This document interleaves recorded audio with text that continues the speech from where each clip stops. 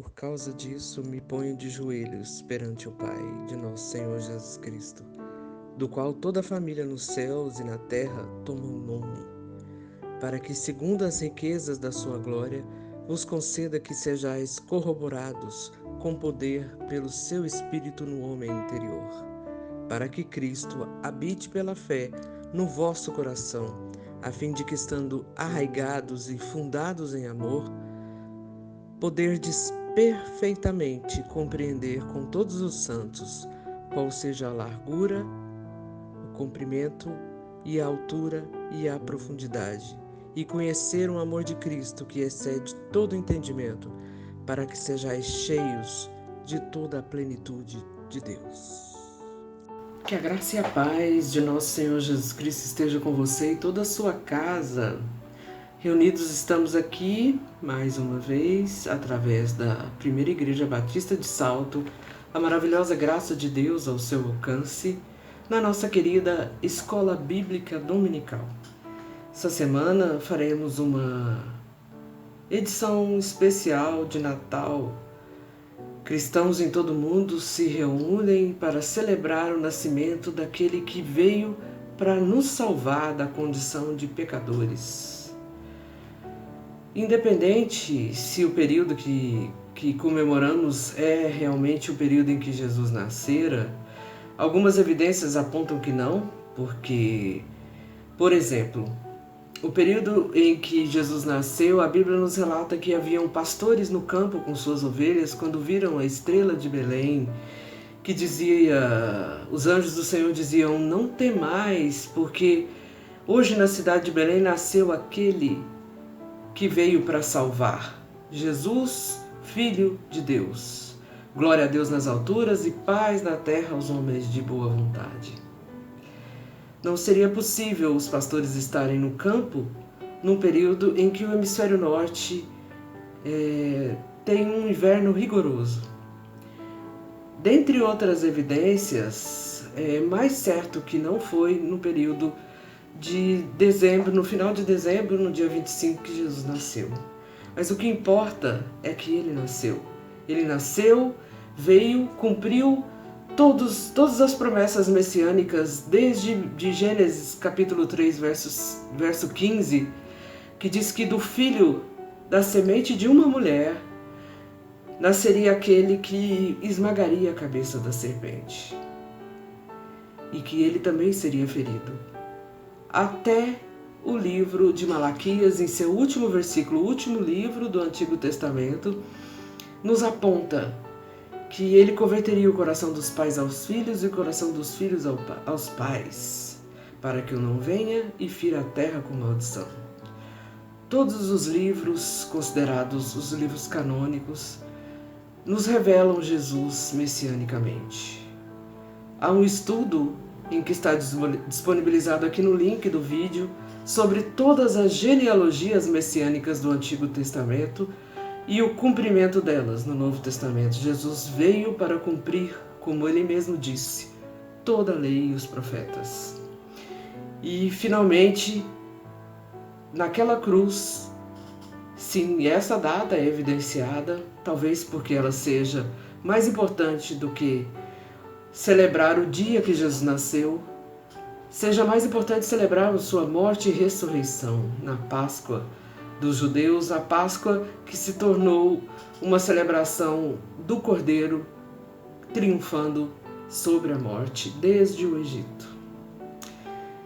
Eu quero falar para vocês hoje de um pai que não foi pai. A genealogia de Mateus capítulo 1, o Evangelho de Mateus, que foi escrito para os judeus, inicia-se com uma genealogia que aponta para um pai adotivo. Sabemos pela fé, nós cremos que Jesus foi gerado pelo Espírito Santo no ventre de Maria e que José, o seu futuro esposo, o criou como seu filho. É interessante porque se vemos todo esse cuidado do Senhor em escolher para a genealogia real, e se você fizer um estudo de cada um dos escolhidos para essa genealogia, você vai perceber mais perdoados do que ilustres. Temos ali o poder perdoador do sangue de Jesus. Em sua genealogia, várias pessoas não seriam escolhidas no seu tempo para serem representantes do Messias. Vemos que ela culminou em um pai amoroso, disposto ao sacrifício para criar um filho que não foi gerado de si. Precisamos nesse mundo de mais Josés. Cada lar deveria ter, e essa era a vontade do Senhor, que cada criança que nascesse nessa terra fosse acolhida como Jesus foi acolhido por José, criado por José. Ensinou-lhe uma profissão, ensinou a lei e os profetas, ensinou a Torá. Acolheu em seu coração como filho, o Filho de Deus. O desejo do coração do Senhor não necessariamente é o que acontece em muitos lares. Os pais são os causadores de muita dor no coração dos filhos.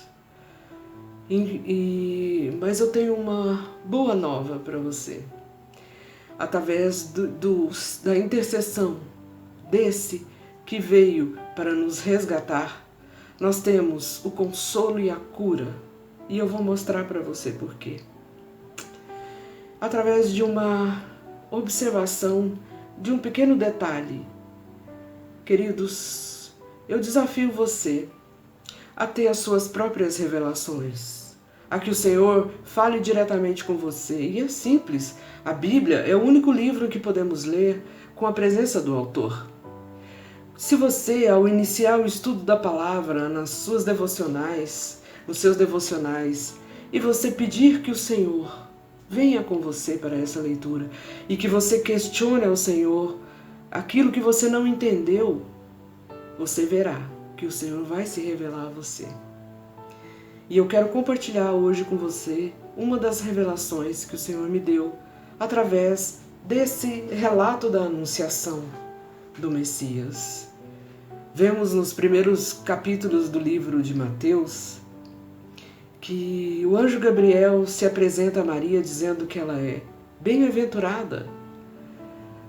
Bendita és tu entre as mulheres. O Senhor te escolheu para ser aquela que vai gerar o Salvador do mundo. Maria, a Bíblia diz que Maria em seu coração temeu. Eram muito duras as leis daquela época, de uma condição de uma mulher estar grávida sem estar casada. E ela corria risco de morte por apedrejamento. Leis muito rigorosas daquela época. E o anjo disse que, ela perguntou, como se daria isso se não conheço nenhum homem? E o anjo disse, o Espírito Santo te envolverá e conceberá aquele que há de salvar o mundo. A Bíblia diz que aquele coração voluntário de Maria se dispôs a cumprir todo o plano da cruz. Através do sim de Maria, Jesus foi gerado. E podemos ver que em seguida há um relato ao seu noivo José, de que ela estaria grávida do Messias e que ela, em alguns meses, ela daria luz ao Messias, ao Filho de Deus. Em Viagem a Israel, quando o roteiro turístico leva ao que teria sido a carpintaria de José, os guias contam que quando ele recebeu essa notícia, ele corre para a carpintaria, fecha as portas e chora até exaurido adormecer. E aí, o anjo do Senhor testifica, José, não temas, Maria está realmente grávida do Messias. E a partir daquele momento, Maria ganha um parceiro, um companheiro, para criar o Filho de Deus. Se pararmos um pouquinho, e eu, fazendo esse estudo, questionei assim, mas houve tanto sofrimento, Senhor. Maria recebeu aquela notícia e temeu, e com razão, né? Até titubeou para aceitar. o que o anjo dissera não teria sido uma coisa, teria sido uma coisa que tivesse mais a cara do Senhor nosso Deus, que é um Deus gentil, um Deus amoroso. A Bíblia diz que Ele está à porta do nosso coração e bate. E se abrirmos o nosso coração, Ele entrará e ceará conosco. Se o Senhor é esse que não arromba portas, por que não seria mais característico, digamos assim, do Senhor Ele abordar primeiramente José para evitar esse sofrimento de Maria? Não seria mais coerente com o que o nosso Deus é?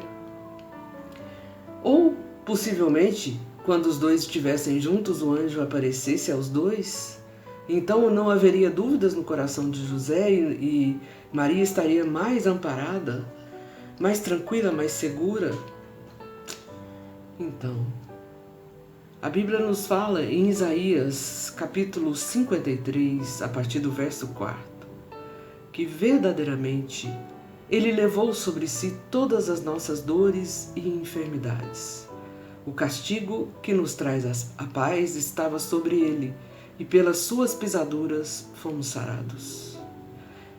Interessante que Jesus, então, conforme essa promessa de um dos profetas chamados mais messiânicos, que foi Isaías, ele profetizou que Jesus levaria sobre si todas as nossas dores. E hoje, a Bíblia nos fala que Ele está assentado à direita do Pai, intercedendo por nós. Todas as vezes que oramos pelo nome do Senhor Jesus, em nome do Senhor Jesus, a Bíblia nos fala que Ele leva a nossa oração junto ao Pai. E existe cura e existe consolo de Deus para todas as dores, porque Ele conheceu todas as dores. Hoje, a ciência relata que quando somos rejeitados, quando não somos desejados, ainda no ventre de nossa mãe podemos sentir. A ciência hoje sabe disso, mas o Senhor sempre soube. E Jesus já entra no mundo, ainda em condição informe, conhecendo essa dor. A dor de ser rejeitado, de ser abandonado. Vemos ali um homem bom, José foi um pai maravilhoso, como disse, um modelo do que muitos pais poderiam ser, a humanidade seria muito melhor. Mas Jesus, Ele precisava conhecer essa dor. E não só essa, como qualquer uma delas. Jesus triunfou sobre a morte, triunfou sobre o pecado, triunfou sobre a dor. E através dele, nós podemos ter a cura. Eu estou te dando um pequeno exemplo de uma dor que Jesus sentiu. Ele conheceu todas as dores que nós poderemos experimentar ou não. E através dele nós temos o consolo que vem do alto. O Espírito Santo, o mesmo Espírito Santo que o gerou, o mesmo Espírito Santo que estava com Deus ali na criação do mundo, está à disposição daquele que clama: Jesus, preciso de sua cura. Não consigo enfrentar essa dor ou qualquer outro tipo de dor sem o Senhor. Está à sua disposição a cura definitiva para qualquer tipo de dor. Porque cristãos ou não, crentes nesse Deus ou não, existe uma condição que nos iguala. Todos nós somos finitos, caminhamos inexoravelmente para a morte. E mais do que isso, precisamos encontrar um propósito para a nossa existência. Jesus é a resposta de todas as questões que angustiam essa nossa finitude. Em Jesus não há mais morte. Em Jesus há resposta para todas as angústias do seu coração. Nessa semana em que celebramos o seu nascimento, eu quero te convidar a abrir o seu coração para que ele entre e faça morada. Deixe que o Senhor permeie todas as suas dores, angústias. Deixe que o Senhor te envolva e deixe que o Senhor te traga essa lucidez diante de qualquer adversidade que o mundo possa nos trazer. Esse mundo que nos é hostil, esse mundo que é um desafio diário viver. Cada um de nós, em proporções diferentes, experimentamos muitas dores nessa condição de vida que estamos aqui. Mas em Jesus nós temos o consolo, a resposta e a esperança. Nossa esperança não morre. Jesus é nossa esperança. Ele ressuscitou e triunfou sobre a morte. Celebre com seus amigos, com sua família, e que essa esperança nos encha para, renovados, possamos celebrar um ano que nos traga novas perspectivas, um ano que passamos que foi tão difícil, que o Senhor nos dê a força e a esperança para continuar caminhando. Para você, um Feliz Natal e um grande abraço. Fique na paz do Senhor Jesus.